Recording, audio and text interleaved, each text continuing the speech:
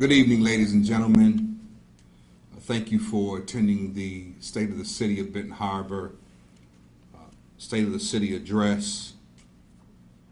I'd like to thank all the residents and those viewing Facebook Live, YouTube Live, to hear the state of affairs for our great city.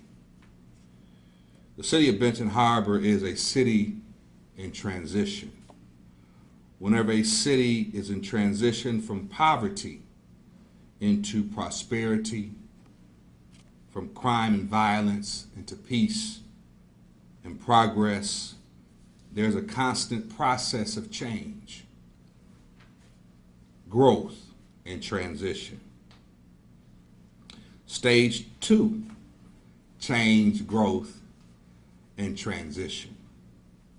We are constantly in stages of growth, and between each stage there is a transition stage, which can be the most dangerous stage because things can get lost in transition. The City of Benton Harbor is not what it was. We no longer have the State Theater on Main Street. We no longer have Goldblatt's or Woolworth or J.C. Penney, and many of the great businesses that built a great foundation for the City of Benton Harbor. The city is transitioning into a new era, a new time. And we know that when things are growing, there are growing pains, which is why I want to take this moment to recognize the great resiliency of the citizens of the Ukraine who are experiencing war, but their unity, their resilience, and their fight to keep their country and be liberated and free is sustaining them, and they're moving forward.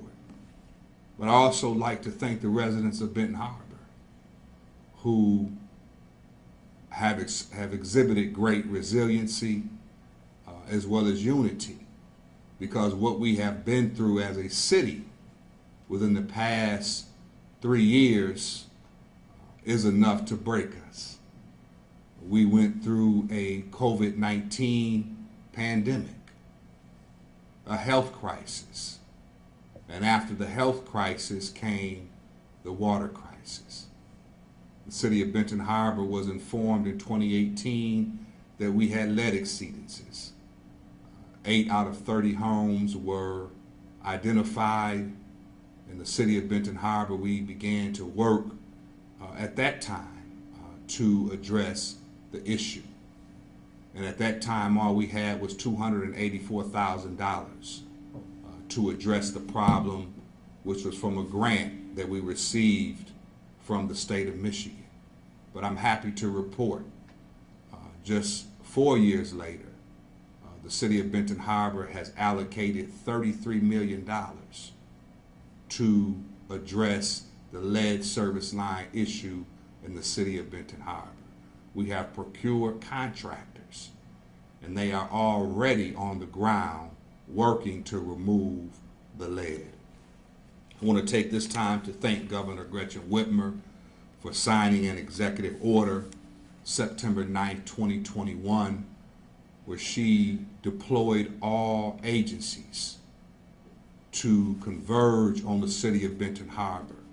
I'd like to thank the Michigan Department of Health and Human Services that have been a great help. The City of Benton Harbor has received, let me get the exact figures for you here, over 300,000 cases of bottled water into the City of Benton Harbor. We have over 11 agencies that are being paid by the state of Michigan to deliver water. There are approximately 7,000 cases of water delivered per week to residents in order to keep them safe through this water crisis that we are maneuvering and going through. We do have good news, where we recently received from the EPA that the over 3,000 water filters that was passed out from 2018 until now, when the study was done on 200, they found out that those water filters have been effective. And as it stands now, even though the city of Benton Harbor has a long way to go, but we currently are at the 15 parts per billion on the 90th percentile citywide. Is this a reason to say mission accomplished or to run a victory lap? Of course not. Because until every lead service line is removed from the ground in the city of Benton Harbor and every tap is clean and pure drinking water is coming out of it, our mission is not completed. And the thing about government, which I want to recognize our staff here today, our Assistant City Manager and Director of Planning and Economic Development, Director Alex Little, and we have our City Clerk who was hired and she served in a great magnitude, and we didn't miss a beat in our most recent election. And then we have our City Manager, Mr. Ellis Mitchell, who has helped to maneuver the city through crisis, from health crisis where City Hall was shut down, executive orders, and making sure that the city was safe, where we ordered hand sanitizer and masks and gloves and went out to the lowest income areas as well as door to door to pass out PPE for residents to keep them safe. So I want to applaud our staff for their hard work and dedication and determination to keep the city of Benton Harbor moving forward.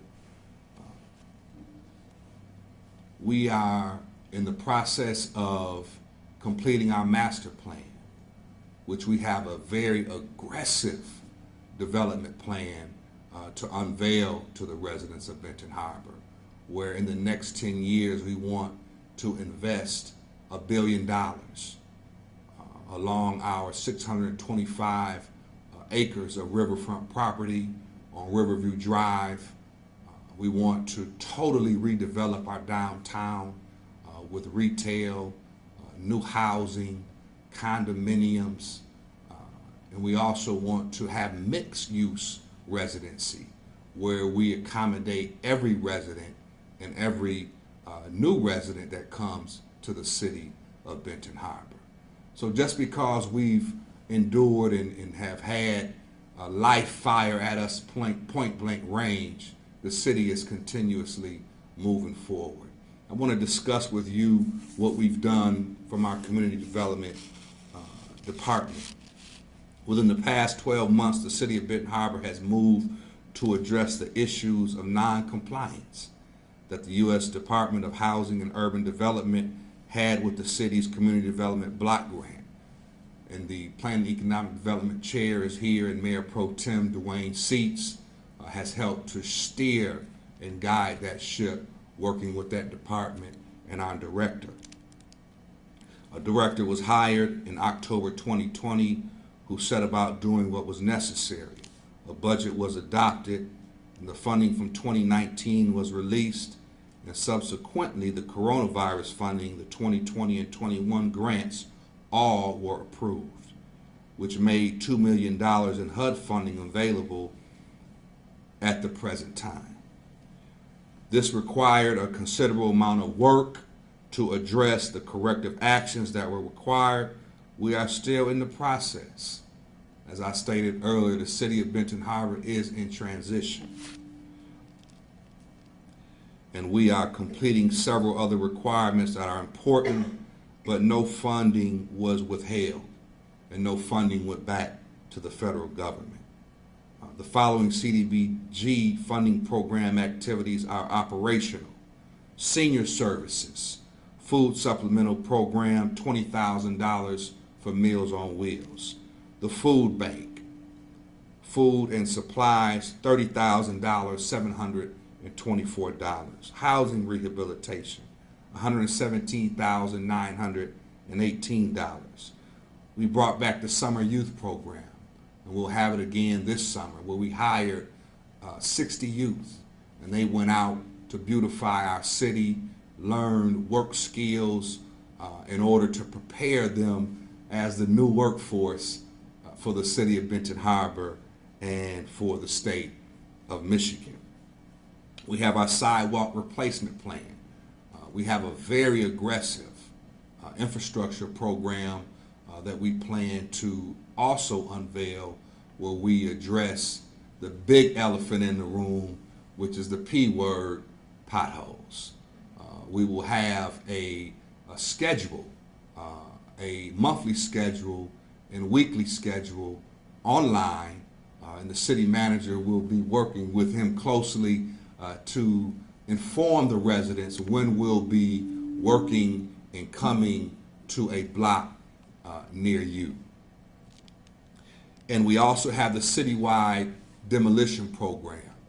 One building I do want to recognize that was saved, and that was the new 14-unit apartment building on Pipestone and Main Street, where $150,000 was allocated for demolition. But our staff and city commission worked with Cressy and Everett, and we worked to provide an incentive, and they invested $4 million, and now we have commercial space on the first floor, and we have affordable apartments, 14, that are available for people to come and move in. So we're on the move, Benton Harbor. I do want to talk about the economic and workforce. We recently held a job fair here where we had over 150 residents show up in order to have their skills on display, and 6 people were hired on the spot. The $33 million for the lead removal will have residents working. Meeks Construction was awarded the first bid of over $500,000. And one of the things that they did was hire residents and allow for residents to be a part of the process in order to keep the city moving forward and have residents working.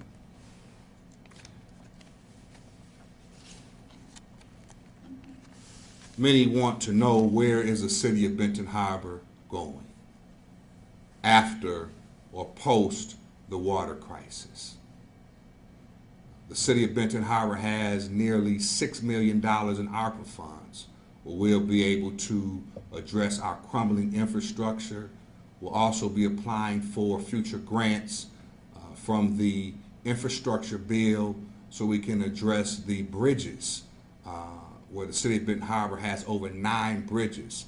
And I do want to recognize Peter Dicko, who is here representing Senator Gary Peters, who worked very hard not only to get money for the Great Lakes and dredging, but also fought and worked bipartisan to make sure that the infrastructure bill and those billions that will come to the state of Michigan will hit the ground here in Benton Harbor. So as we close tonight, I want to again thank the residents of Benton Harbor for your resilience, for your patience, for your understanding, for your unity, because in unity there is strength. I recently traveled to Lansing and met with 11 other mayors at the governor's residence on how this current budget can help and work for the residents in the city of Benton Harbor.